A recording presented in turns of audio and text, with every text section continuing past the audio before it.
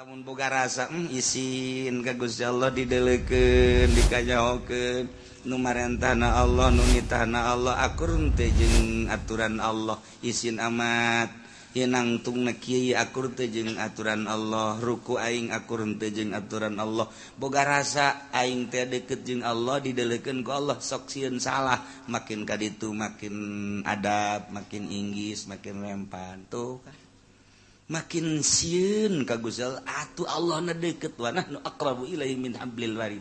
Nu leuwih deukeut ti aing geus teu kudu mikiran naon ja aing. Sia deuk ka makhluk lagi nangieun aing cek Gusti Allah. Sia minta tulung ka makhluk deuk naon minta tulung ka makhluk jen nu leuwih deukeut mah aing. Itu genang aing ngagerakeun atuh banyak ka aing.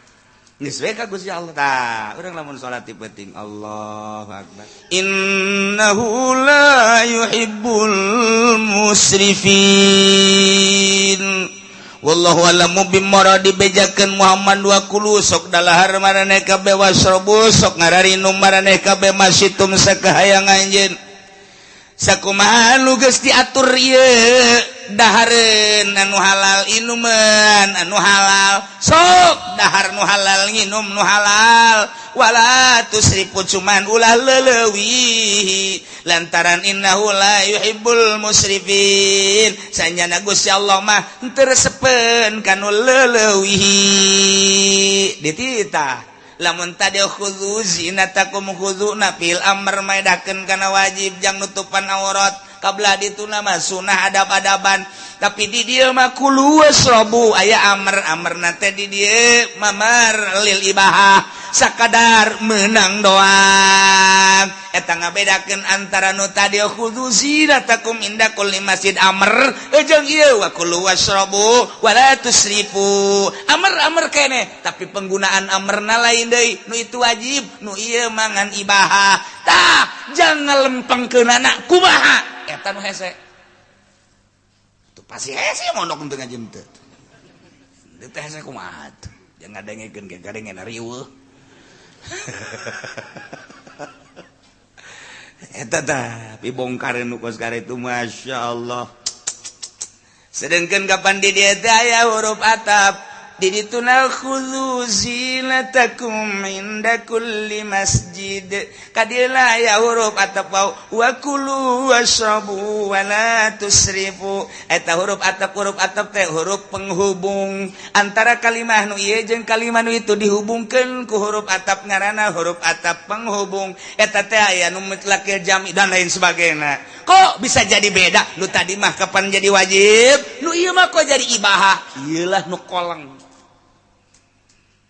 Masya Allah jukuna tuh batin nggak saya tuh kudu ibadah saya puyang nama kos itu mah itu mah kudu nurun-nurunkeun kitab janggotan emang aya kitab janggotan nu jelema make janggotan tuh kitab deui sarua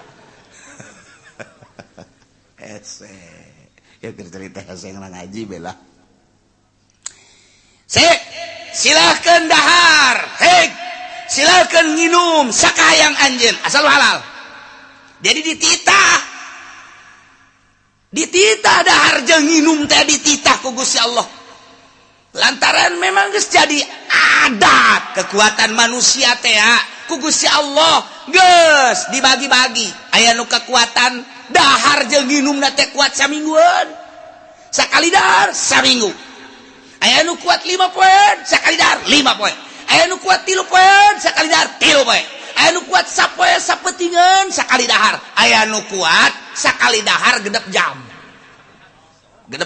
kudu dahar deui jadi sapoe sapeting 4 kali dahar ulah disengsarikeun ulah nu kuat nang Allah nu teu kuat nang Allah tinggal urang kembali ka diri urang aing sapoe sabaraha kali daharna nya balik ka diri urang oh aing mah kumaha manggihna bae Nanggi isuk-isuk uduk sikat berang saeutik aya sangus sikat deui aya deui nu mau berkat sikat deui aya deui nu ngariung kasorekeun sikat deui aya deui anak mawakeun sikat tah teu reureun dahar burung kulu wasrobu jadi ulah nyeungsarikeun kanu sok dahar loba dahar lantaran di dieuna ge dijelaskeun wa kulu wasrobu nu ulah sote wala tusrifu ulah leuwih. Berbagai ulama nyaritakeun tentang wala tusrifu. Artina ulah leuwih teh hiji leuwih teuing datang ka kamangkaraan. Cara Raja Namrud. Raja Namrud dahar kudu ngeunah bae. Beres dahar, wow, nyana susurian kenyana ka WC dicolok deui. Ampun. Utah ke istirahat sakedeung dahar deui. Wow, geus susurian ke meunang mangsa saparapat jam 20 menit colok deui. Jadi hayang dahar bae blon eta. Pangeran Raja Namrud teh jadi ngaku pangeran. Nah, kos kitulah Raja Namrud. Ieu Isrop ngaran.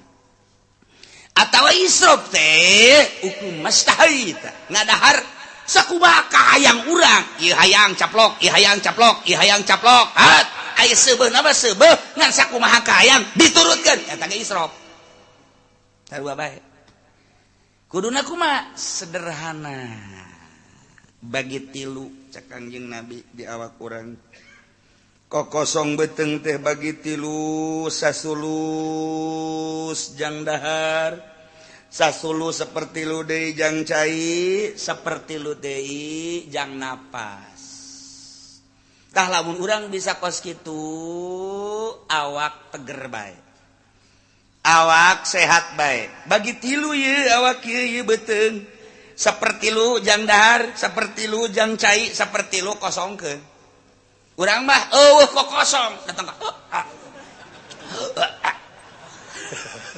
katakan malah mah dahar teh baru budak turun heula digejlug usah kumaha karunggoni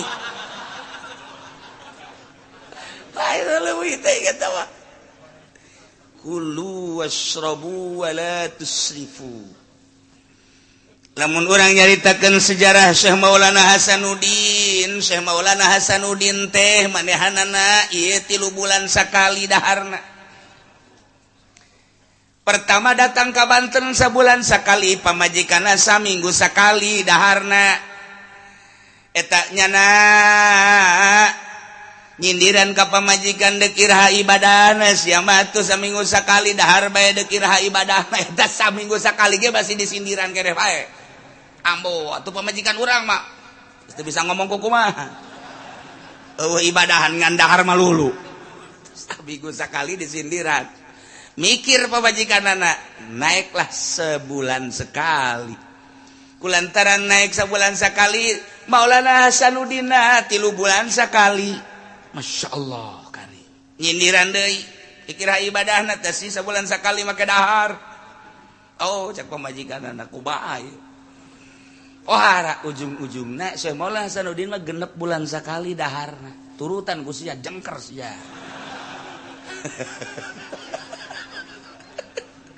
Ulah saturut-turut da. Cicing di sorga teh bersih ketika maneh teu bersih pan diusir ku aing ka dunya.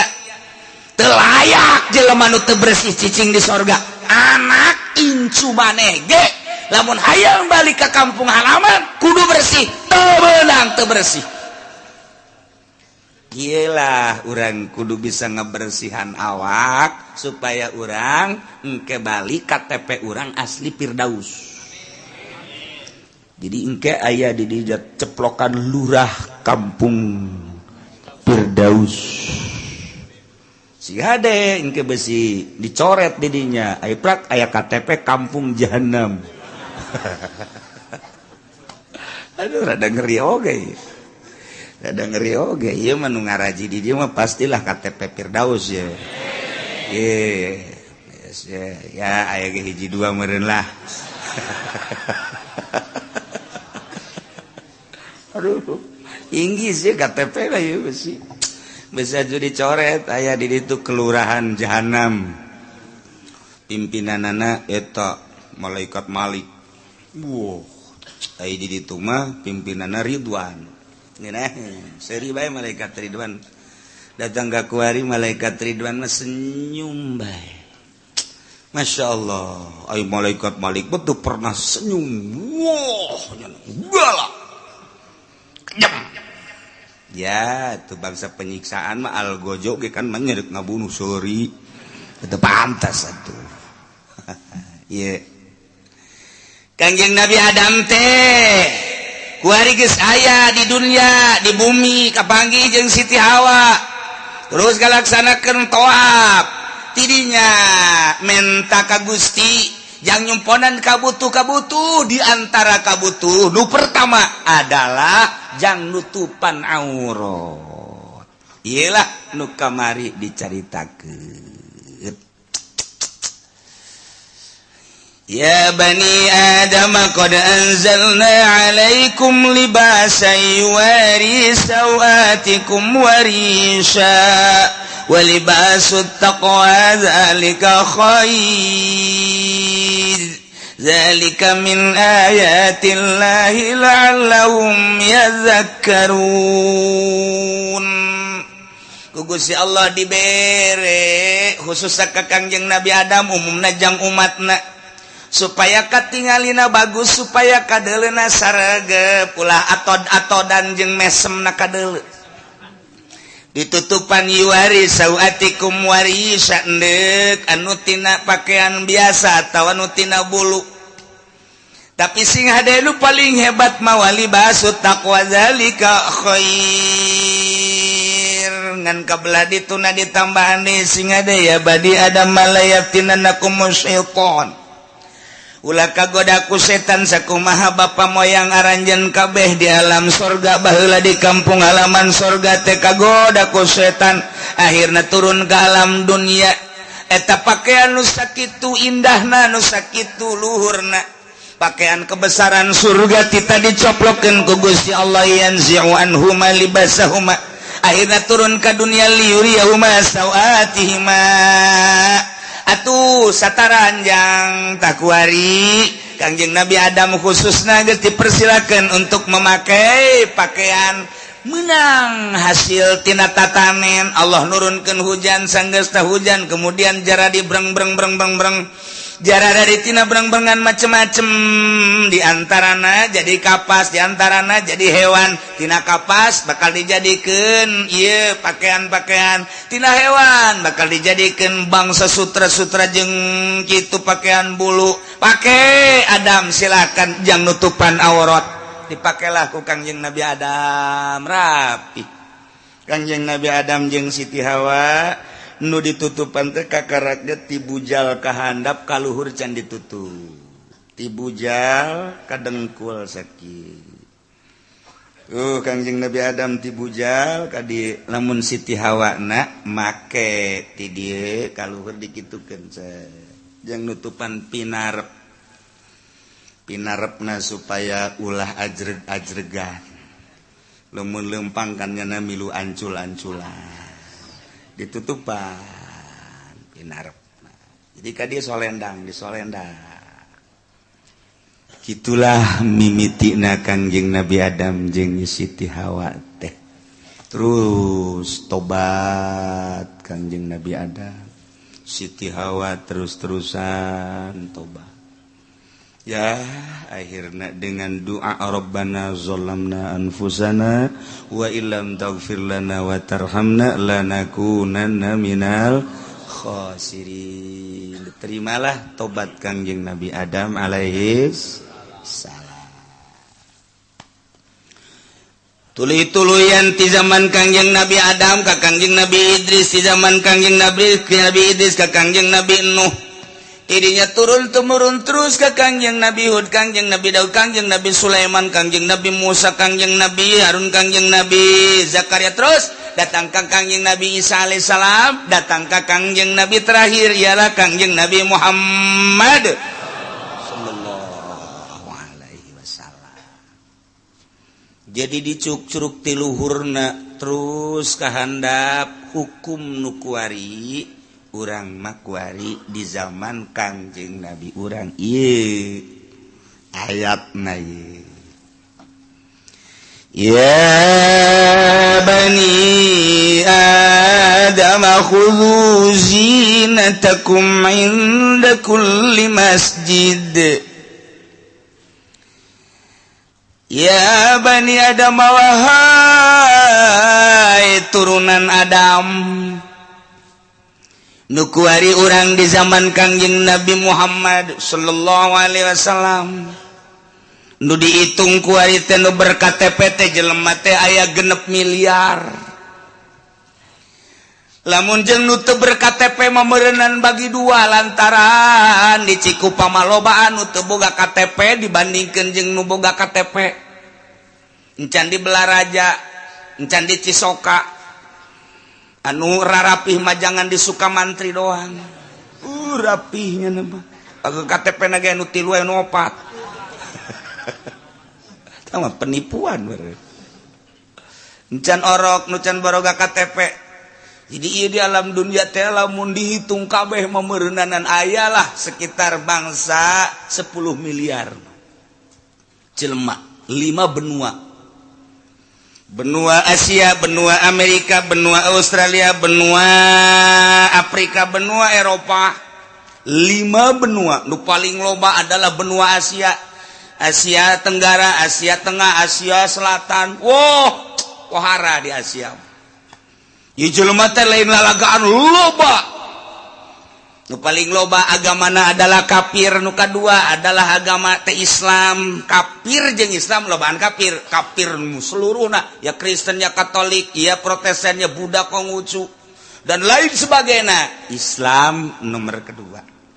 Tetapi haris mana tetap baik Islam. Kuari geus mulai ngadu. Kuari geus mulai ngadu gitu, saling menyudutkan. Di zaman Bush dan yang nyaritakan bahwa perang ini adalah perang salib.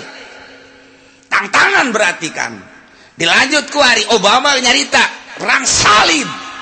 Nu dianggap bakal piawai ternyata sarwana. Nyana ngajatakan perang salib. Tetapi umat Islam masih keneh encan nyaritakan perang agama. Sebab naon di kotak-kotak di Indonesia menyebutkan perang agama, Malaysia menyebutkan perang agama. Mun keur perang di Palestina hanya orang Palestina nyaritakeun ini adalah perang agama. Mun keur perang di Irak hanya Irak nyaritakeun ini adalah perang agama. Lamun keur di kitu naon ngaranna di negara mana eta keur perang di dinya lah nyaritakeun perang agama. Di luar eta tetap baik teh nyaritakeun perang agama. Suriah perang nyaritakeun perang agama.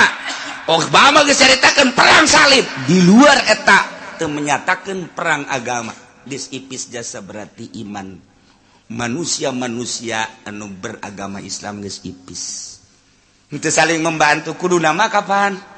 Saling membantu kapan? Al mukmin lil mukmin kal bunyan. Yasuddu ba'duhu ba'don. Mukmin jeung mukmin telir teu beda jeung satu bangunan. Satu sama lain nu hiji menguatkan nu lain deui.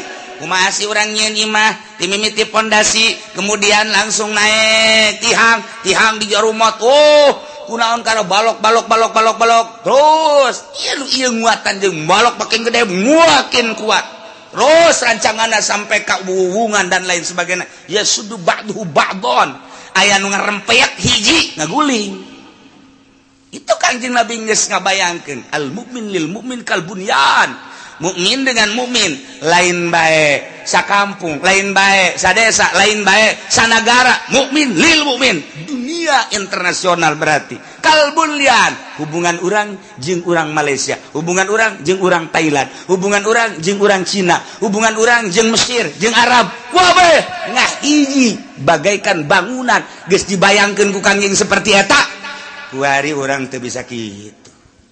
Sebagian umat di Indonesia hayang ke Palestina tahan geus di kotak-kotak. Tidak boleh. Hayang ke Mesir teu meunang. Hayang ke Suriah tidak boleh. Iyalah akibat geus berhasil kuari Kristen teh mengkotak-kotakan orang-orang Islam. Geus henteu daya teu upaya urang teh kuari. Diserang melalui politik. Kuari politik nu aya di Indonesia teu meunang sakahayang urang. Dikendalikeun ku nyana. Ekonomi teu meunang sakahayang urang, dikendalikeun ku nyana. Budaya teu meunang sakahayang urang, ku nyana bakal dikendalikeun. Setik terus kos kieu lah kuari buktina. tayangan-tayangan kuari geus kos karar itu bae sadaekna urang informasi per detik nyaho urang kos karar itu kerusakan kehancuran teh nyaho melalui informasi HP internet Google dan lain sebagainya ye urang geus aya di zaman seperti kos kitu masya Allah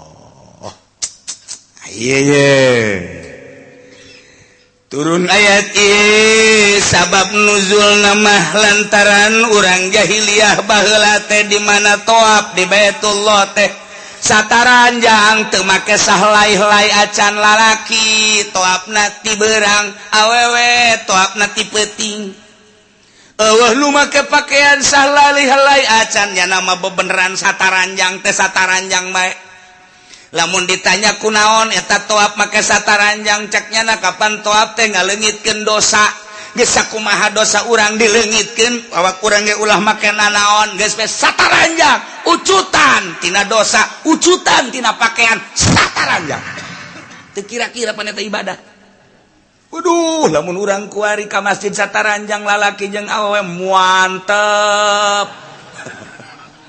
betah sadang berenang teman Haji Fendi mah moal balik-balik di masjid bae. Kunaon atuh geus pokona mah lah, pokona bae pokona mah. Tuh ieu. Asal-asal kos. Kangjeng Nabi Adam ge nyuhunkeun ka Gusti Allah pan tadi teh yuwaris sawatikum warisa jang nutupan aurat atuh kunaon ari kaum jahiliyah teh geus kaluar tina aturan-aturanana toat teh lalaki jeung awewe teh sataranjang sanajan berang lalaki peting awewe teh kan eta geus teu puguh aturan majar maneh cek manehanana ieu teh aturan ti Gusti Allah kos kieu teh kami teh moal daek toab moal daek kami ibadah lamun teu make aturan ti Gusti Allah la natupu pisya biasaina asainallah pihak kami mah moal daek toab make pakaian-pakaian anu nyulayan ka Gusti Allah nu dianggap maksiat ka Gusti Allah kulantaran kos kitu kami ngabersihan dosa sakumaha ngabersihan dosa supaya dosa ucutan kitu keneh pakaian ge teu dipake ku kami mah ieu aturan Allah nang aturan Allah ti mana kos kitu tapi kos kitu bae teh hawa nafsu teh ya Allah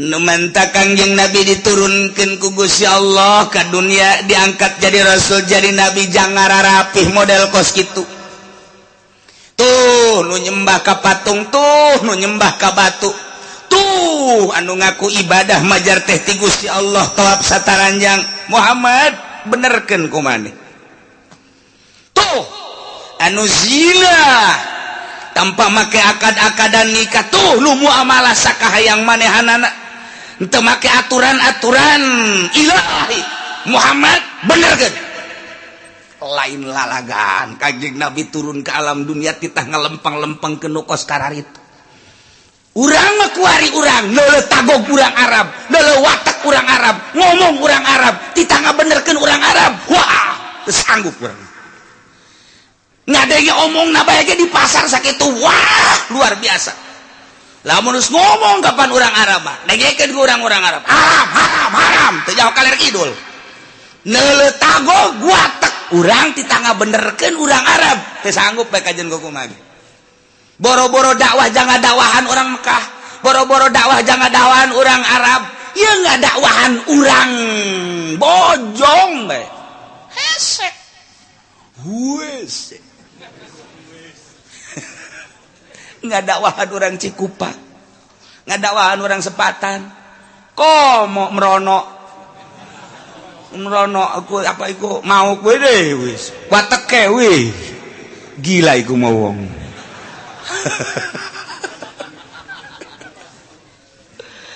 aduh cacalatona ge ora paham kita mah ge atuh iya merono merene premen ya waduh naon permen saya urang aja urang kita ngadawahan orang Cirebon kita ngadawahan tuh coba orang Banten anu sakitu bugalana ngomong pan kumaha ngaing ya dikadek dia ngaing ye orang ngomong kos gitu na kumaha eta barangan bae sia dikadekung aing sia dia wah geus kita ngadawahan itu orang Garut Pamongpeuk luar biasa bangga aja orang kita ngadawahan itu tuh orang Madura wah ngomong nage pan kos gitu wah di sana tanah Tuhan di sini tanah Tuhan semuanya tanah Tuhan udah nggak boleh ada yang ngaku orang Madura eta ceknya nama di itu tanah Allah di tanah aing pokoknya nama ieu mah tanah Allah bae geus ulah sering ganggu aing mah cicing di dieu blon teh coba eta atunya nama menclek bae cicing bae di dieu tambah deui si elai eta tadi dakwahan baru bararangga jasa ngan aya Indonesia kene mah talorah urang untuk lah taruhlah untuk keneh ngadawahan orang lembur orang ngadawahan orang Banten sakumaha nurut jeung teu nurut mah sabodo ngan mesti keneh bisa ngadawahan orang Cirebon tapi lamun geus ditah ngadawahan orang Mekah anu kos kitu tah wawa tekanana pohara jasa nu mata Kangjeng Nabi diturunkeun henteu di Cikupa henteu di Cikupa lah cak si Allah Cikupa mah teu kudu Muhammad tah teu kudu cukup tah ku si Junaid ge kudu teman diturunkan di Cirebon kecil Cirebon mah tapi diturunkan ada di Mekah jelema nur radikal luar biasa tokoh anu sangat biadab Abu Jahal turunkan di dinya Kanjeng Nabi ngahareupan Abu Jahal ngomong nage urang geus teu kira-kira pan Abu Jahal ditambah ku Abu Lahab ditambah ku Abu Sufyan aya keneh masih abu-abu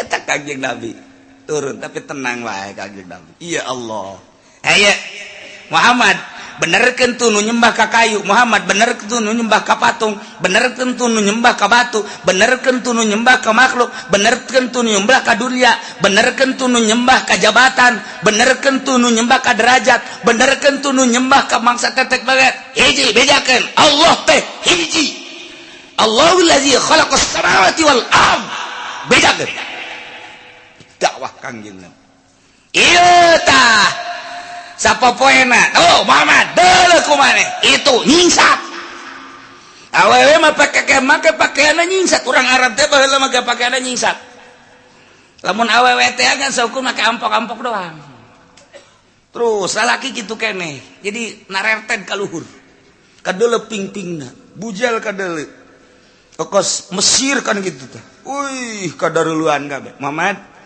bejakeun itu tuh ulah kos kitu tuh make aturan-aturan muamalah na kitu kene ulah bangsa nu gagah jadi menang nu kuat jadi dahsyat nu lemah makin lemah kuari aya aturan muamalah bereskeun Masya Allah Kangjeng Nabi titah ngaberesan nu kos karari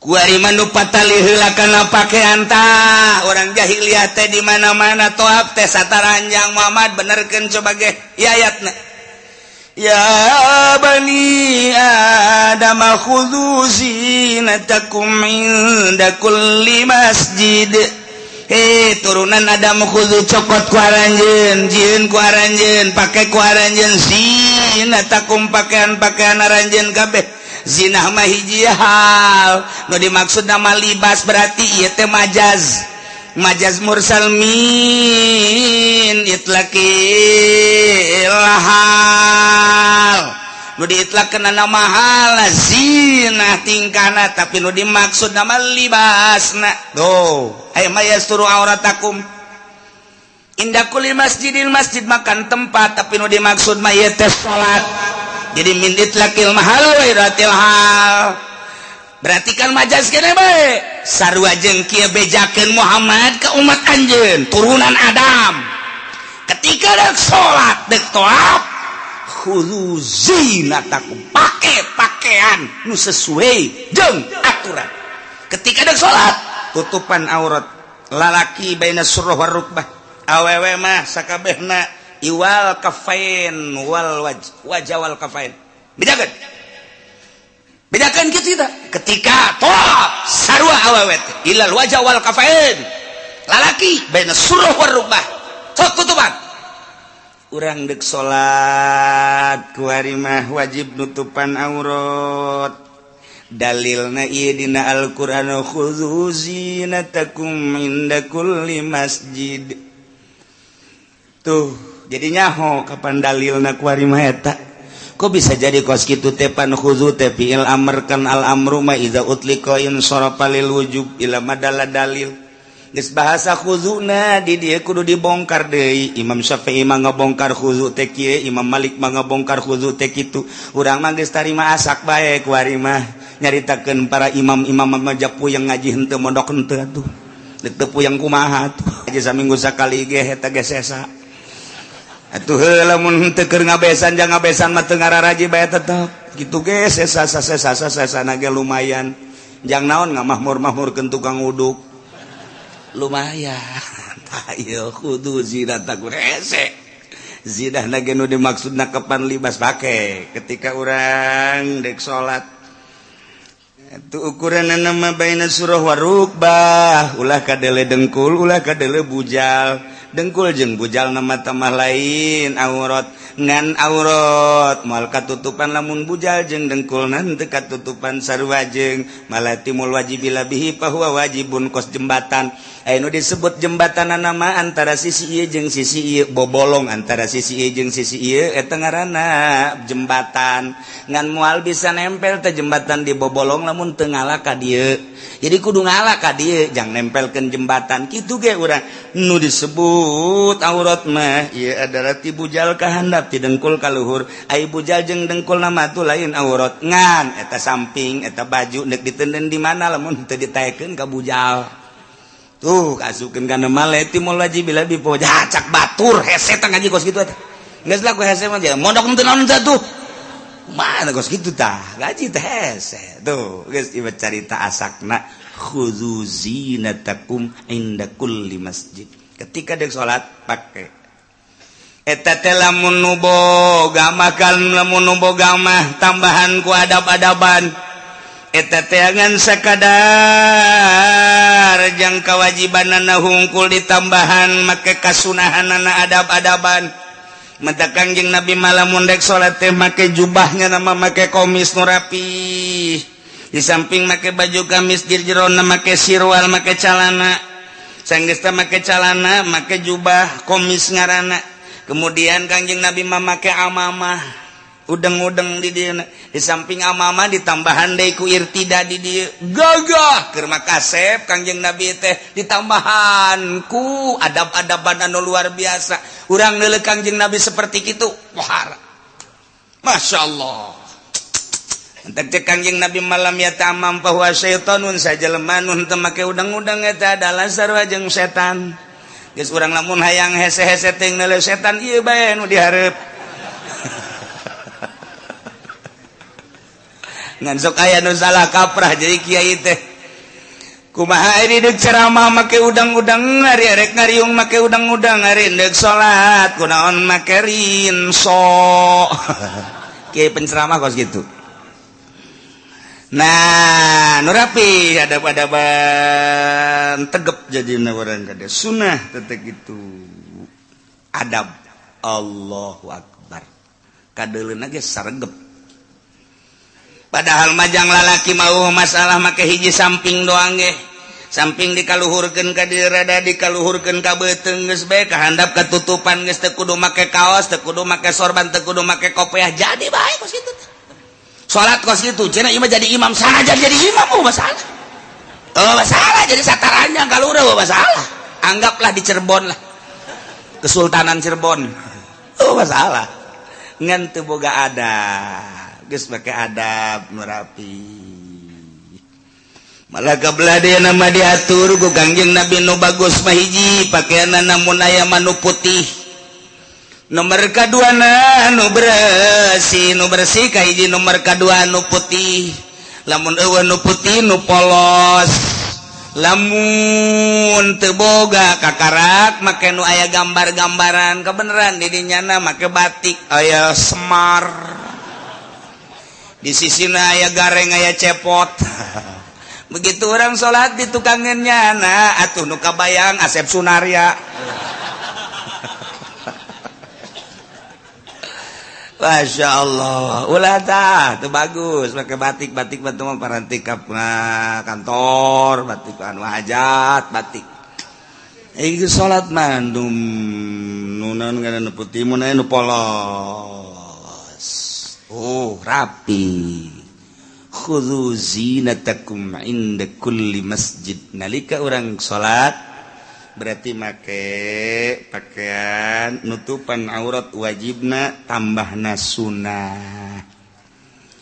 Jadi berarti di dieu teh lain bae sakadar nitah make jang nutupan aurat kulantaran di dieu ditambahan ku adab-adaban ditambahan ku hadis Kangjeng Nabi ku ayana sakitu berarti urang disupri titah nutupan aurat di samping nutupan aurat teh kudu ditambahan ku adab-adaban anu rapi nu mentak aya sahabatna ros ka Kangjeng Rasul cek kata sahabat teh ya Rasulullah atuh urang make jeung rapih-rapih sagala rupa lah sapira di alam dunya ja Gusti teh sok nyaritakeun kitu geus bae meureunan teh kudu rapi-rapi cek Kangjeng Nabi teh innallaha jamilun yuhibbul jamal sanjana Gusti Allah teh maha elok maha bagus yuhibbul jamal resep kanu elok-elok jeung resep kanu jamal-jamal disupri urang teh Kangjeng Nabi biasa sok ngaca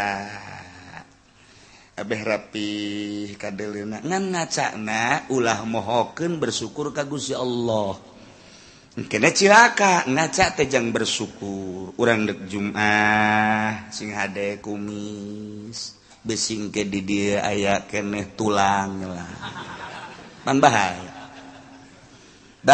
kana mun aya tulangnya na ungas ingus bae ceknya teh bau asin amat orang tulang pan di dieu teh masarwa jeung jawara teh ya jawara anu sok galak teh ajunya dahar barang dahar sorangan bae ja keur ngambek meureunanan tidinya teh jada jeung tembang ai prak teh tulang tembang di dieu ngelap dina kumis pan sok gede tai sakieu jawara tuh ngaranna ge kur ngambek bae begitu dek nginum nyana hanyir buah dibualangkeun deui nyokot di gelas hanyir deui buah kuna geus 12 kakareknya ngomong ka pamajikanna sia goblok bisa kukumbah acan belas buah hanyir kabeh ka ngaca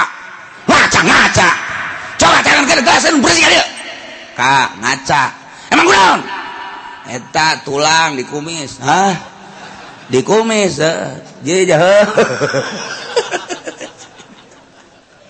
lu batak ge lamun deuk salat Jumat ieu kacaan heula daung beusi aya anu nempel di kumis engke pan bodoh hanas aing marah cenah geus beak salosin teh gelas mantak ge ka atuh penyakit dibawa ku sorangan tuh masarwa bae jeung tukang bas neangan potlot bus kakaler kaki dul bus hese jasa horenganan ditendun di biwi tolol tah tukang bas biasana kan di dieu ye biasana ye di kopeahnya na teh kan ngeunaheun asukeun ieu mah eta mah teh ditendun di bibir jadi nyono neangan ka dieu ka ditu neangan ka dieu ka ditu mana cek ieu ka mana mus mamarahan bae rimas geus dibalang-balangkeun cak babaturan yang naon patlot aya teh di bibir jahe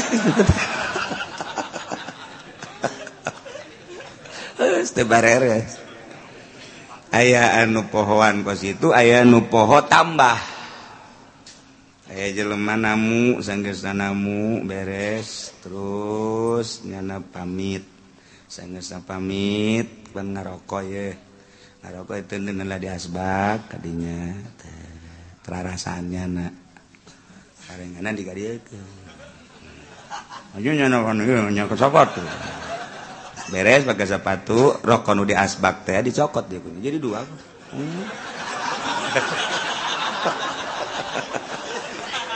tinggal lu boga imah bae bos tolol-tolol ting saya ditamu karok-karok lain dibawa cek cenah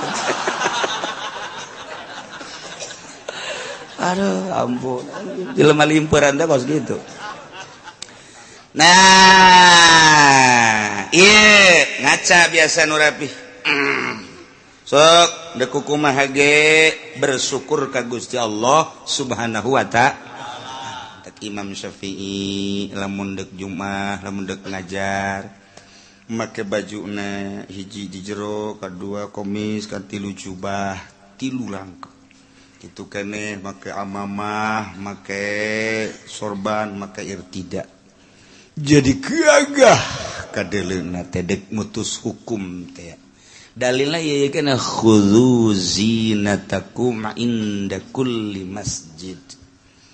Nah gitulah di samping khusus nutupan aurat secara wajib tambahan adab-adabanana dalilna ieu malamun teu boga lamun teu boga mah saaya-aya bae kabeneran teu boga sama sakali ieu mah teu boga sataranjang masalah salat sataranjang ngan ulah berjamaah sorangan salat teh sorangan di kamar Allahu akbar sorangan antara satarajang ieu masalah teu boga jadi lain berarti teu boga jang nutupan aurat eureun salat teu bisa tetep salat boga orang pakaian pake teu boga sebogana teu boga sama sekali samping teu boga calana teu boga sataranjang bogana ngan seukur ampok-ampok dong make ampok-ampok bae beres Allah di zaman Kangjeng Nabi ngan seukur aya samping hiji doang dipakailah ku lalaki berjamaah jeung Kangjeng Nabi bahkan sok ditalikeun ka dieu ka luhur kos urang keur leutik da tapi gede keur leutik tadi gitu nah sebab urang Arab mah hayang praktis bae maksudna abeh henteu ieu jadi teu make calana teu make naon ieu bae samping ka dieu geus awewe kan salat tadi tukang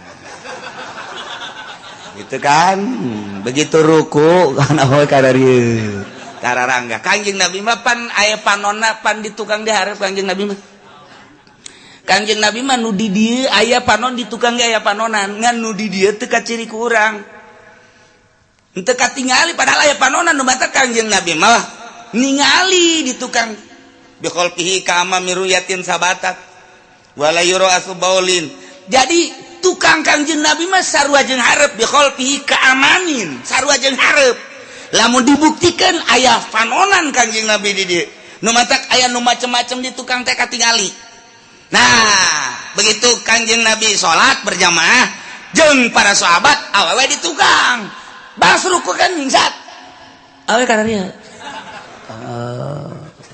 kok mah sujud tak sujud kadeuleu jadi awewe teh betah itu Kang lantaran ya etalah neleububuahan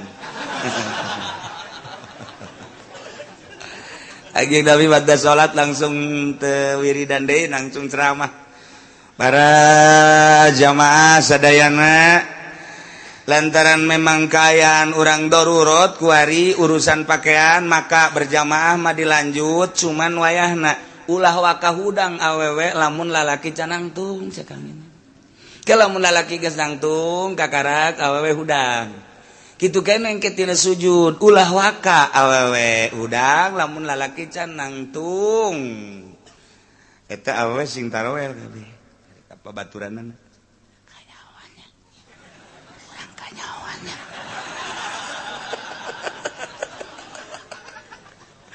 sing kalebes kabeh arisin ka Kangjeng Nabi teh berarti kanyawan cenah urang ieu sing eta bae sing harareos kanyawan cenah urang kanyawan Kangjeng Nabi seri emang teh kanyawan bae ku kanyawan boro-boro baheula aya keneh Kangjeng Nabi sanajan urang kuari ge sanajan urang kuari maca sholawat kan eta hiji sholawat teh hiber ka Kangjeng Nabi assalamualaikum ya Rasulullah wassalam abdi sholawat tisaha timang anu urang mana urang anu cak Kangjeng Nabi kok bau ka ambeuna ye oh ieu mah sholawat pendopo hampura oh paingan ieu mah aya bau-bau bangsa pemerintahan kana mah sholawat bau Waalaikumsalam ieu saha sholawat tisaha abdi ti kiai anu ieu mah rada seungit ti rada oh nanya ieu mah sholawat ti loka pendopo nya oh paingan beja assalamualaikum salam sholawat tisaha wih emang seungit amat ke cak Kangjeng Nabi kula kaditu kakalayangan Kangjeng Nabi nah neuleuh emang kumaha gitu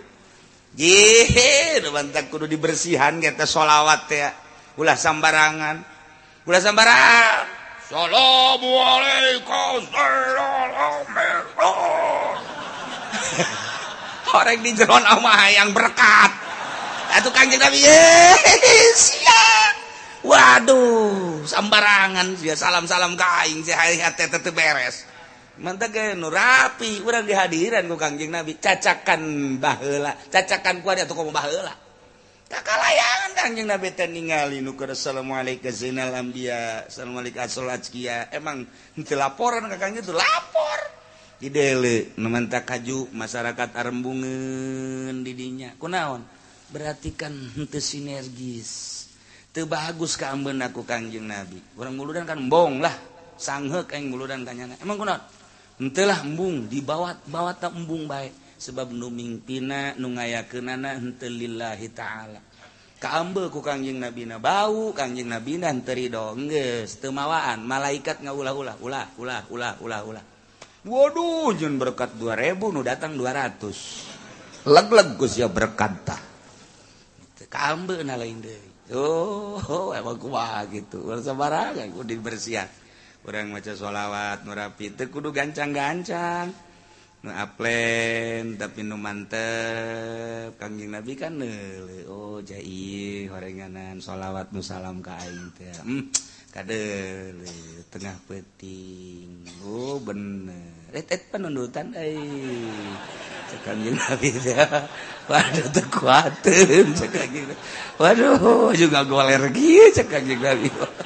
Oh, budak. Balik deui ka Madinah lah cek Kangjeng Nabi. Balik deui diantepkeun molor di dinya. Allah karim. Urang lamun nyaritakeun tentang ibadahnya. Urang mah kan kakarak datang ka babacaan teu boga pikiran ku kumaha. Bahkan paling urang mah ye babacaan dihartikeun. Ye susah kitu. Encan boga rasa. Kapan lamun geus boga rasa mah bakal napinuh ku adab jeung isin. Sebab naon? Urang keur carita Kangjeng Nabi dihadiran ku Kangjeng Nabi. Isin karena mun urang salah. Belah dituna urang teh kapan dihadiran ku Gusti Allah. Cak Gusti Allah wa nahnu aqrabu ilaihi min hablil warid. Kaula leuwih deukeut ka anjeun. Hei manusia, tibatan urat genggerong. Aing teh deukeut jasa ka sia atuh sia sing ada jasa teh keur bareng jeung aing. Deukeut aing ka sia, ilmu aing ka sia, nyaho aing ka sia, sia teh keur dibarengan ku aing. Nu mantak tah lamun geus boga rasa urang babarengan jeung Allah isin salat. Ketungguan nya salat teh. Allah. Ih, cakal si salat ka saya. Geus Assalamualaikum. Cepet amat salat. Wah, nu tapis jemping-jemping gitu. Sakjana mah enduro meureun. Masya Allah. Teh teu boga ka isi cakal de kambana tah sih.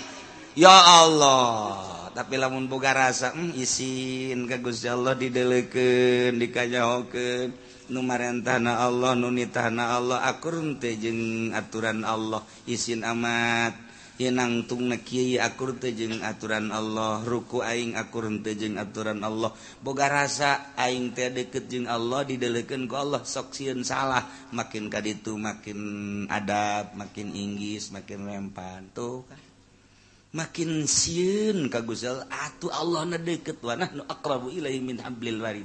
Nu leuwih deukeut ti aing geus teu kudu mikiran naon ja aing. Sia deuk ka makhluk lage nangieun aing cek Gusti Allah. Sia minta tulung ka makhluk deuk naon minta tulung ka makhluk jen nu leuwih deukeut mah aing. Itu genang aing ngagerakeun atuh mah ka aing. Geus we ka Gusti Allah tah. Urang lamun salat ti penting Allahu akbar. Aya sieun ka kuntianak kunaon sieun ka kuntianak cek Gusti Allah. Kuntianak teh makhluk aing ngagoda sia. Sia digoda kuat henteu pan sia mah keur jeung aing. Baca a'udzubillahi minasyaitonir rajim. Cek Gusti Allah. Kuntianak hiber. Ayo baca. A'udzubillahi minasyaitonir rajim. Aing ge bisa. Sial kuntianak nang tangan goblok jasa. Orengan teu husu urang da, teu asup ka hate tah pokos kitu mah. Tapi lamun nu boga rasa jeung Gusti Allah sieun kabeh ge. Malah nang tangan, kunti rombongan ka dieu sia. Rombongan ka dieu ulah sok soranganan. Bawa bapak kolot sia, aki sia, incu sia, hayu ka dieu, aing sakalian paeh di dieu yeuh. hawa kasih lawan geus urang boga rasa wa nahnu aqrabu ilaihi min hablil warid aing teh kapan leuwih deukeut ka sia jadi sia teh jeung aing atuh geus kumaha masyaallah tak urang mah kakaraga datang ka kitu babacaan adab dipaksa melalui syariat can boga rasa lamun geus boga rasa lain deui ke ibadah lagi wa kulu washrabu wa la tusrifu innahu la yuhibbul musrifin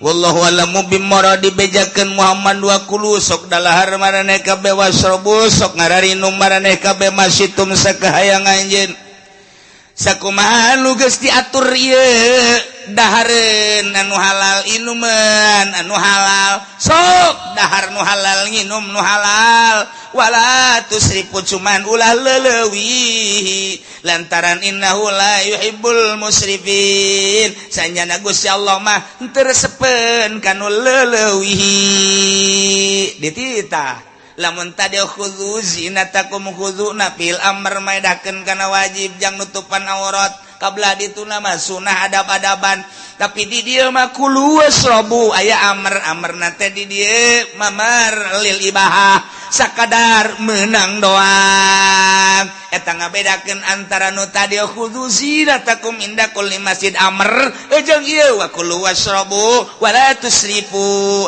amr keneh tapi penggunaan amrna lain deui nu itu wajib nu ieu mangan ibahah tah jangan lempengkeunana kumaha eta nu hese tuh pasti hese mondok teu ngajem teu teh hese kumaha tuh jangan ngadengekeun ke gadengen riweuh eta tah pibongkareun nu kos karetu masyaallah sedengkeun kapan di dieu teh aya huruf atap di dituna khudzu zinatakum inda kulli masjid kadila aya huruf atap wa kulu washrabu wa la tusrifu eta huruf atap teh huruf penghubung antara kalimah nu ieu jeung kalimah nu itu dihubungkeun ku huruf atap ngaranna huruf atap penghubung eta teh aya nu mutlaq jami dan lain sebagainya kok bisa jadi beda nu tadi mah kapan jadi wajib nu ieu mah kok jadi ibahah ieulah nu koleng masyaallah jukuna tuh kumaha teh geus eta kudu ibahah hese puyang nama kos kitu mah eta mah kudu nurun-nurunkeun kitab janggotan emang aya kitab janggotan nu jelema make janggotan tuh kitab deui sarua hese ya cerita hese ngaji bela silahkan dahar silahkan nginum sakayang anjeun asal halal jadi dititah dahar jeung nginum teh dititah ku Gusti Allah lantaran memang geus jadi adat kekuatan manusia teh ku Gusti Allah geus dibagi-bagi aya nu kekuatan dahar jeung nginumna teh kuat samingguan sakali dahar saminggu aya nu kuat 5 poin sakali dahar 5 poin aya nu kuat 3 poin sakali dahar 3 poin aya nu kuat sapoe sapetingan sakali dahar aya nu kuat sakali dahar genep jam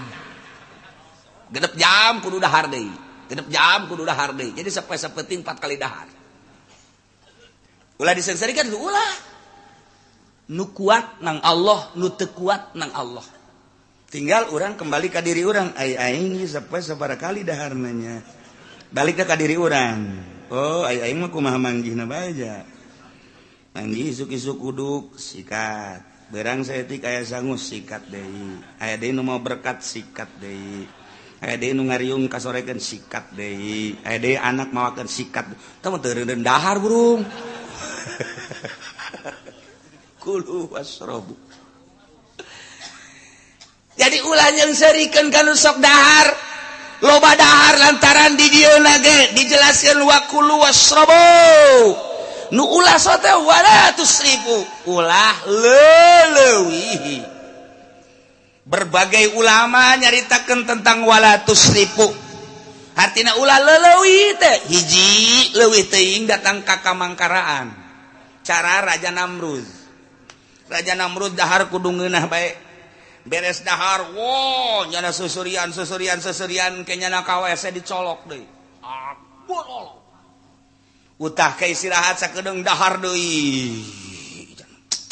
Wow, geus susurian ke meunang bangsa saparapat jam 20 menit colok deui. Jadi hayang dahar bae blon eta. Pangeran Raja Namrud teh jadi ngaku pangeran. Nah, kos kitulah Raja Namrud. Ieu Isrop ngaran. Atawa Isrop teh hukum mustahil ngadahar sakumaha kahayang urang ieu hayang caplok hat aya seubeuh na seubeuh ngan sakumaha kahayang diturutkeun eta ge Isrop sarua bae kuduna kumaha sederhana bagi tilu cak Kangjeng Nabi di awak urang kokosong beteng teh bagi tilu sasulus jang dahar sasulu seperti lu deui jang cai seperti lu deui jang napas tah lamun urang bisa kos kitu awak teger bae awak sehat bae bagi tilu ye awak ye beteng seperti lu jang dahar seperti lu jang cai seperti lu kosongkeun urang mah eueuh kok kosong datang ka eta kadi malah mah dahar teh aduh budak turun heula digejlug usah kumaha karunggoni bae leuwih teh eta mah kulu washrabu wa la tusrifu lamun urang nyaritakeun sejarah Syekh Maulana Hasanuddin teh manehanana ieu 3 bulan sakali daharna. Pertama datang ke Banten sebulan sekali, pamajikanna saminggu sekali daharna. Eta nyana nyindiran ka pamajikan deuk iraha ibadahna sia mah atuh saminggu sekali dahar bae deuk iraha ibadahna eta saminggu sekali ge masih disindiran keneh bae. Ambo atuh pamajikan urang mah teu bisa ngomong kumaha. Eueuh ibadahan ngan dahar mah lulu. Saminggu sekali disindiran. Mikir pamajikanana naiklah sebulan sekali kulantaran naik sebulan sekali Maulana Hasanuddin 3 bulan sekali Masya Allah kari nyindiran deui dikira ibadahna teh sebulan sekali make dahar oh cak pamajikanana kumaha ieu oh hara ujung-ujungna Syekh Maulana Hasanuddin mah 6 bulan sekali daharna turutan ku sia jengker sia ulah saturut-turut dah. Lamun aya hiji waliullah, lamun aya hiji jelema suluk, lamun aya hiji jelema ndek ibadah ka Gusti Allah, 5 poe nya nan candahar. Kabeneran geus 5 poe candahar nya ngomong, aduh beuteung lapar amat. 5 poe teu dahar nyaritakeun beuteung lapar. Eta teh cak guruna, sia ulah ibadah suluk di pasar sia cicing. 5 poe sia ngarasa lapar ulah suluk sia cicing di pasar dahar bae sia eta 5 poe ge teu meunang nyebut lapar jelema deuk jadi wali mah teu meunang henteu meunang geus bae urang mah pan lain 5 poe urang mah lain 5 poe isuk-isuk ngaji ngadaruduk 2 piring jeung endog 5 sagegede kieu wahara kan eureun ngaji geus kieu deui bae. Padahal sia lapar aing. 5 poe jelema ibadah ka Allah 5 poe nyebut lapar. Gas, ulah diteruskeun sia ibadah cak guruna. Ulah diteruskeun cicing di pasar dagang sia kos kitu mah. Masya Allah. Gusti Allah karim. Sidina Umar nyekelan beuteung kieu. 2 poe candahar. Kebenaran kapanggih jeung Sidina Abu Bakar Siddiq. Sidina Abu Bakar Siddiq nanya ka Sidina Umar aya naon? Mun minta tulung jeung kana kunaon? Ieu beuteung geus diganjel cenah ku batu. Emang kunaon? 2 poe teh dah. Kula masih 3 poe. Oh. Geus 3 poe kunaon? Iya tuh. Itu izin Sidina Umar kieu we. Entah tuh lah cek teh. Geus 3 poe. Geus pararias. kapanggih jeung Sidina Ali sugan aya dahar kitu kunaon teh tu diganjel ku batu sabaraha poe eta Umar 2 ieu 3 kula geus 4 poe geus atuh urang bebeja ka Kangjeng sugan di Kangjeng mah aya ayo datang ka Kangjeng seuri bae Kangjeng geus dibukakeun ku Kangjeng batu di dieu teh batu kula geus saminggu teu dahar cek Kangjeng mah geus baralik bae sekali Masya Allah karim kos lalagaan tapi memang kos gitulah perjalanan ahli Allah Gusti Allah nu agung ai urang mah pan lain kitu urang mah ese gede amat beuteung Ustaz dahar alhamdulillah ya rabbil alamin eta di kantong ieu ge bekal alhamdulillah aya bebekalan di dieu naon atuh lontong aya roti aya bacang aya masyaallah wahara amat ai itu tuh tas itu ge sarua itu mah bangsa roti-roti kering budak sabulanan moal seep batur mas 2 3 4 saminggu Kangjeng Nabi teu dahar ari ieu mah bebekalan jang saminggueun ge liwat pan jauh jasa tah urang jeung nyana ai hayang ka sorgana mah akur perjalanan anu jauh aduh Gusti Allah sakararisi lamun nyaritakeun tentang para wali aya anu sabulan teu dahar setengah bulan teu dahar saminggu teu dahar geus lumrah nu sapoe-sapeuting mah teu dahar teh lumrah jasa tah mah tapi Sufyan Tsauri mah Tuan Syekh Abdul Qadir nyaritakeun dina kitu Fathur Rabbani nya nama daharna gembul Sufyan Tsauri mah gembul nya nama daharna malah mun aya tamu mah kumaha dahar wah gembul jasa beurang dahar ke sore dahar deui tapi ketika salatna ibadahna eueuh nu tanding mun geus salat bae ceurik terus-terusan salat ceurik eureun subuh kitu bae eta mah daharna gembul beurangna isuk dahar beurang dahar sore dahar deui tapi lamun geus salat ceurik dadak cek Tuan Syekh Abdul Qadir ulah dituturkeun daharna ku sia nu ngaran Sufyan Tsauri mah tah tuturkeun ibadahna ku sia ai daharna ku sia katuturkeun ai salat aja urang mah pan babagi atuh dahar-daharna katuturkeun kiai itu siapa odo urang nu babarina bae nuturkeun teh kasimpulanna nama nu jelas mah urang ulah ujub urang ulah suuzon ka batur endek dahar bae endek biasa bae endek eta mah urusanna urusan kebiasaan nu penting ibadah ta'alluqna qalbu ka Gusti Allah nah nu mantak aya kiai teu naek lantaran ka batur sudah ibadah di mana dahar malulu nyana seban lantaran puasa bae aing geus 12 tahun puasa bae cek nyana dahar na aing masa comot mana bisa jelema dahar bae bisa ka Allah ujub moal naik tak urang asa ngeunah kos kieu urang beuki dahar pan asa kahatean gitu maksudna emang sia mah tolol ieu sebenarnya mah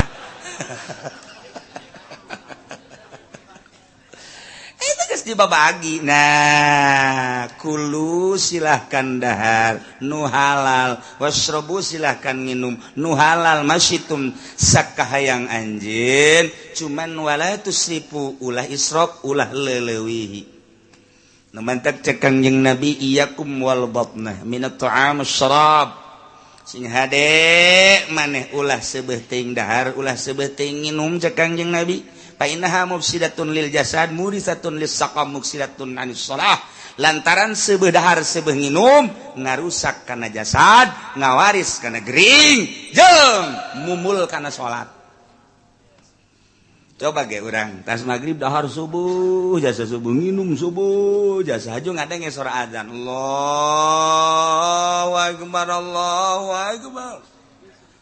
aduh ke Allahu akbar rokok ditendeu di asma la ilaha illallah teu nyaho tak la ilaha illallah ngan datang ka asyhadu anna muhammadar rasulullah heuh peureum urang tanya la ilaha illallah pamajikan nama pajar Ki Haji salat teh ka masjid beres di sepi pandu tok trok aing geus beres teh ka haji suga teh ka masjid orenganan ambo rokok kena samping kabelem teh Ki Haji oplok diudangkeun ka haji udang beak ta samping tak rokok ye emang geus adzan lain geus adzan dia jam sabaraha emang teu ka masjid ji adzan geusan aya adzan geusan teu nyaho eta sebeuting dahar sebeuting nginum atawa teu dahar teu nginum sarua Allahu akbar teu dahar teu nginum lapar sarua ya bae sarua la ilaha illallah jadi urang mah lapar teuing hees sebenting molor bener tadi manteke iya kumal bata minat tuh masalah ulah sebenting sebentar sebelum ngarusak kada jasad ngawaris kada gering eta teh jasad teh rusak gering akibat tidak makanan komo aya makanan kimia jeung mawa kesel mawa mumul kana salat mantak waalaikum bil qasdi fihi ma maneh kudu sedengan cek Kangjeng Nabi dahar jeung nginum teh fa innahu aslahu lil jasad sedengan teh ieu ngabereseun kana awak wa abadu minas sarab jeung ngajauhan tina leuwih wa annallaha ta'ala yabghudul habras sabil Allah pang bendu-bendueunana ka kiai nu lintuh cek kiai sia atuh ini dina kaos kiai tuh kumaha tuh wa innallaha la yabghudul habras sabil sanyana Allah bendueun jasa ka ustad ka kiai nu awakna lintuh ku dahareun maksudna loba dahar bendueun Allah cecak-cecak nyana jadi kiai loba dahar komo mun teh jadi kiai asana ieu mah ye boga restoran masalah wa annar rajula la yahlaka hatta yusraba syahwatu andina sanyana hiji jelema bisa ngarusak bisa rusak dirina lantaran nyana syahwatna ieu ngelehkeun kana agamana nah dibere ilmu dititipan ilmu tapi pikiranana kana dahar bae kurang kana agama tapi lamun kieu mah dahar aing nginum aing jang negeran agama aing mah dek dahar dek namateun Al-Qur'an aing dek dahar dek nginum dek salat aing 100 rakaat tengah peuting pokona mah aing dek dahar dek nginum nu seubeuh jang mutolaah eta mah masalah kos kitu mah masalah ieu mah lain pan asal dahar seubeuh nginum seubeuh haju bae sakumaha kotok dek endogan plok plok plok plok plok ukul plok plok plok plok dingeunah-ngeunah pananggelna kitu geus teu nyaho inget bumi alam ieu dahar aya carita dina kitab ajaib karangan Imam Karmani aya dokter Nasrani tabib Nasrani nanya ke Ali bin Husain bin Waqid ya Ali laisa fi kitabikum min ilmi tib syai'un kitab anjeun mah kitab Al-Qur'an eueuh nu nyaritakeun tentang ilmu kedokteran sakmet ge eueuh beda jeung di kitab kami Injil dina Injil diterangkeun wal ilmu ilmani ilmul abdan wa ilmul adyan ilmu dua aya ilmu patali jeung awak ilmu kedokteran aya ilmu patali jeung agama syariat Injil mah tampil dengan prima ku kami setelah diteliti di Al-Qur'an laisa fi kitabikum min ilmi tib nu patali jeung ilmu kedokteran lamun nanyana ka urang heuheuhan tapi kulantaran nu ditanyana cucu Kangjeng Nabi Ali bin Husain bin Waqid begala lahu sambarangan qad jama'a Allah ta'ala tibakullah fi nisfi ayatin min kitabih Allah geus kumpulkeun ilmu kedokteran seluruh ilmu kedokteran teu kudu loba-loba dina Al-Qur'an sapotong ayat dengan sepotong ayat seluruh ilmu kedokteran tercakup Injil mah kudu babarabayan ieulah loba teuing hese nalarna Al-Qur'an setengah ayat seluruh ilmu kedokteran aya weh sak dokter parah amat sih Quran mah tampil dengan prima teu kudu ayat-ayatan cara Injil sapotong ayat. Gua cek Tabib Nasrani cek Dr. Wamahia coba mana ayatna baca kunyana wa kulu washrabu wa la tusrifu innahu la yuhibbul musrifin sok dalahar maraneh kabeh untuk menjadikan kekuatan awak lain ilmu kedokteran sinaon wasrabu inum kumaneh minuman-minuman anu halal tapi wala tusrifu ulah loba teuing lantaran lamun loba teuing cek ilmu kedokteran ieu teh bakal nutupan kana pernapasan nah nu mantap kudu disedengan bae dahar seperti lu minum seperti lu ieu lolongkrang seperti lu lamun kos kitu nuturkeun Al-Qur'an seluruh manusia di alam dunia bakal sehat kurang kumaha ilmu kedokteran wih jahe jageuna kalau main-main dengan Al-Quran mah Masya Allah cek eta dokter Nasrani wala yusiu min rasulikum syai'un pitib ternyata nyaritakeun tentang awak patali jeung ilmu kedokteran mana nu nyaritakeun tentang ilmu kedokteran eta mangan patali jeung dahareun patali jeung inumeun nu nyaritakeun tentang patali ilmu kedokteran cek Ali bin Husain gejamaah Rasulullah sallallahu alaihi wasallam atiba fil al-fadhi nasiroh dengan bahasa nu saeutik dicokot tina kulu wasrabu wala tusrifu timbullah ucapan Kangjeng Nabi wa magia naon ucapan Kangjeng Nabi cek Kangjeng Nabi al-maidah baitudda wal himyah rasukulidain wa atikul badanin ma'awadah cukup dengan sakitu itulah ilmu kedokteran menang nyokot tina kulu wasrabu wala tusrifu artina kumaha cenah eta ngaji dong wah payah teh dokter al-maidah baitudda kadut ieu kadut beuteung tempat penyakit wal himyah ra'sukul dawain pantang ieu adalah sumber daripada obat wa atikul badanin bere kumaneh awak ma awat tahu naon nu geus kabiasaan ka awak ngeunahna mana silakan etalah jang ukuran kesehatan lantaran awak manusia dibagi ku Gusti Allah beda-beda darahna aya darah A aya darah B aya darah O aya darah OTM macam-macam liwat teuing teh ilmu kedokteran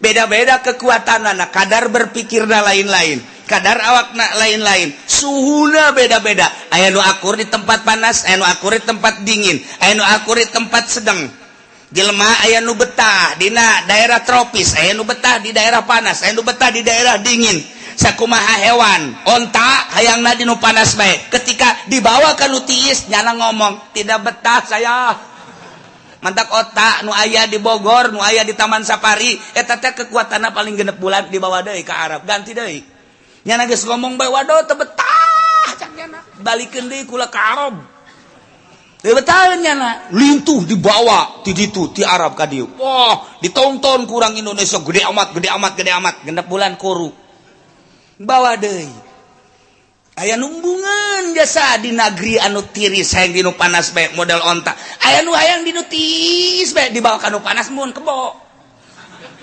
pernah pan kebo dibawa ke Mekah ka ditu atuh jajar etean aduh cek jana ujang gupak aing waduh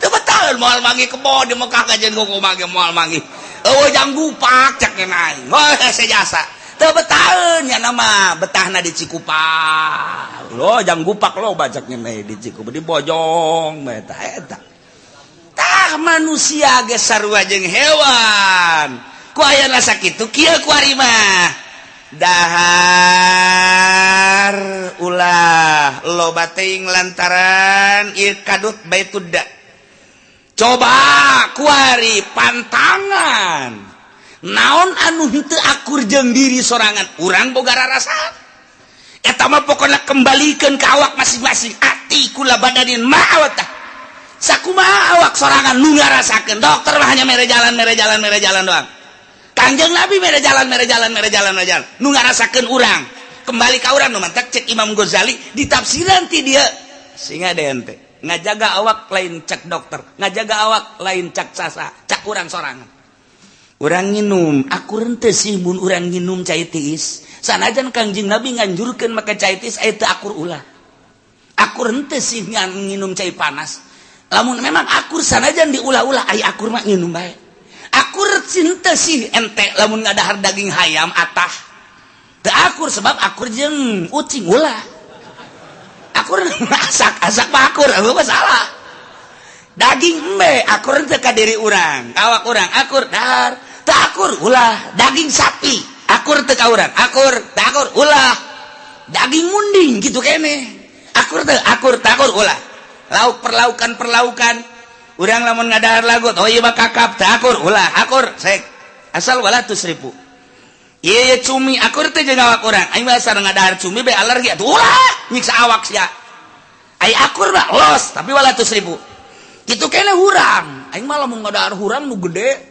henteu nanaon nu leutik teh teu nanaon jago teh sia mah leutik ngaranna tuh manis ditafsir gede jeung leutik segala ngalam bedana gitu urang anu gede mah ngeunah saknyana ada tuh mahal tah mah akur tuh los tah mah tapi lamun teh akur atuh ulah nah contona urang kamari keur nyaba ka Yordania geus lalapar beuteung teh isuk-isuk tarurun ti hotel teh ti kamar ke tempat resepsi geus dihayalkeun dahar pasti ngeunah jasa barang datang ka handap teh dahareun teh masyaallah cak nya nama meureun bagus jasa horenganan teu aya beda di Mesir di Yordan kos karar itu bae nu kaluar teh potongan nu kaluar isuk-isuk teh asa gede kieu koneng percis mun dibayangkeun ku urang kos eta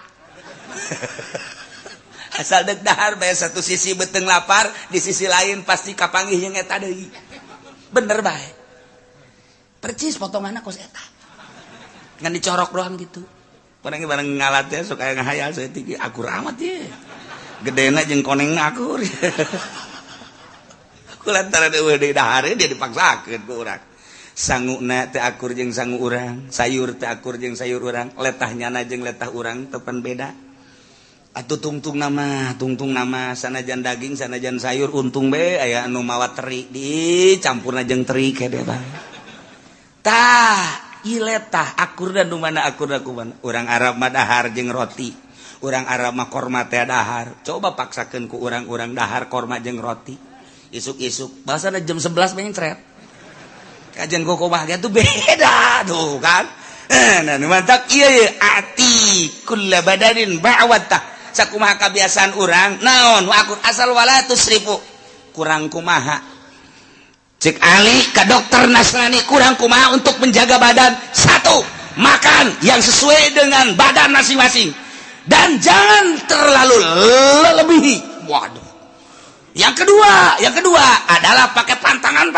kalau memang di situ gak akur dengan pedas pantangilah pedas kalau memang di situ tidak akur dengan daging kambing pantang daging kambing pantang nu mantak di riadohan urang deuk ka Allah mah make riado make pantang seluruhna pantang abe ieu hampang awak teh lamun nu akur nu teu akur mah dahar bae sih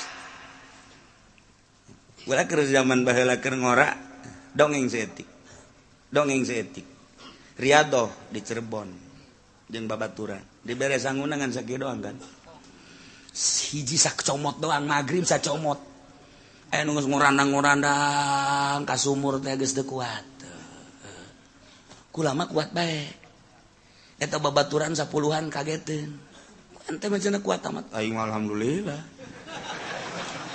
pokona ku Allah mah masing-masing dibere kekuatan geus ulah hese nyana ngorandang nimba ge geus teu kuat teh nimba ku kula pang nimba ke musan mang 3 poe 4 poe 5 poe saminggu teh ente mah cenah kuat atuh dibere dibagi-bagi ku Gusti atuh geus lain kok bangunna ceng haram atuh masalah geus kala luar tah saminggu 20 hiji poe 40 poe geus kala luar mau sehat bae pan geus baliknya mah karuru kula henteu nyana mah kuru tinggal tulang doang 40 poe kula henteu sehat bari nungguan mobil aya ente pancana pan sehat amat tah mah dahar sih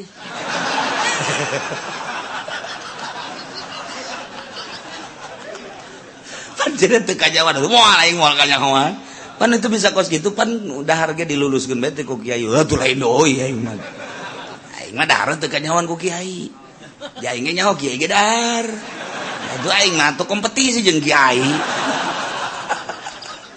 ulah sok nipu awak aing teh inget ka ieu ati kula badan mawat tau dipaksakeun sacomot sakieu urang teu kuat ngomong pae aing mantak beres tah zat meme salat isya kula mah ka warung heula geus tungguan sia di dieu ka warung dah cepet dahar bangun teu dahar teh kitu bangun teu dahar datang ka kuari nya lamun inget sok marah udah siap nipu aing ngadena aing teu paeh cek nya tuh urusan pribadi tuh kos gitu Pak tuh atuh aing tasbih ragak deui mangkani kita maca kulu ban sapeuting 1000 Pak ragak kocrek kodas ya orang wiridan teu beres awak teu beres ai urang mah tegep atuh biasa kulhuna ge embat bismillahirrahmanirrahim qul huwallahu ahad Allahu samad nya na ge kageteun sia tanaga gede amat cenah atuh dahar jinganan nipu tau bos gitu tah itu kuat ulah sing dipaksakeun ai akur urang ternyata diluluskeun ku kiai lulus nya hasil isi horohna lulus tuh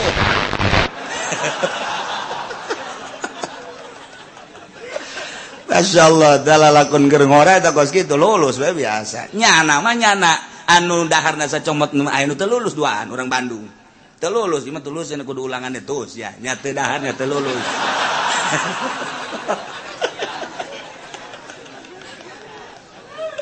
Masya Allah iya ya pantang panjang lamun di non gitu ngaranna dipetakeun praktekna bahasa Kangjeng Nabi Al-Maidah baitud da wal himya rasukul dawa wa atikula badan ma'awata panjang Imam Ghazali nu nerangkeun panjangna masyaallah pohara jasa dokter teh akhirna pakola cak dokter masyaallah macaraka kitabukum wala nabiyukum Jalinus tiban pohara amat horenganan kitab anjeun teh ngaleuwihan dokter Jalinus pan sumber ilmu kedokteran teh Jalinus ngaranna dibejakeun tah seluruh ilmu kedokteran teh dina Injil di Jalinus berarti ngaleuwihan kitab Jalinus ieu pohara jasa Al-Qur'an akhirnya asup Islamnya na tuh batur mah kos kitu debat lantaran ikhlas dijawab sapotong ayat kulu washrabu wala tusrifu innahu la yuhibbul musrifin asup Islam Masya Allah قل من حرم زينة الله التي أخرج لعباده والطيبات lantaran tiri itu naga sapotong ayat atuh urang ngaji naga sapotong ayat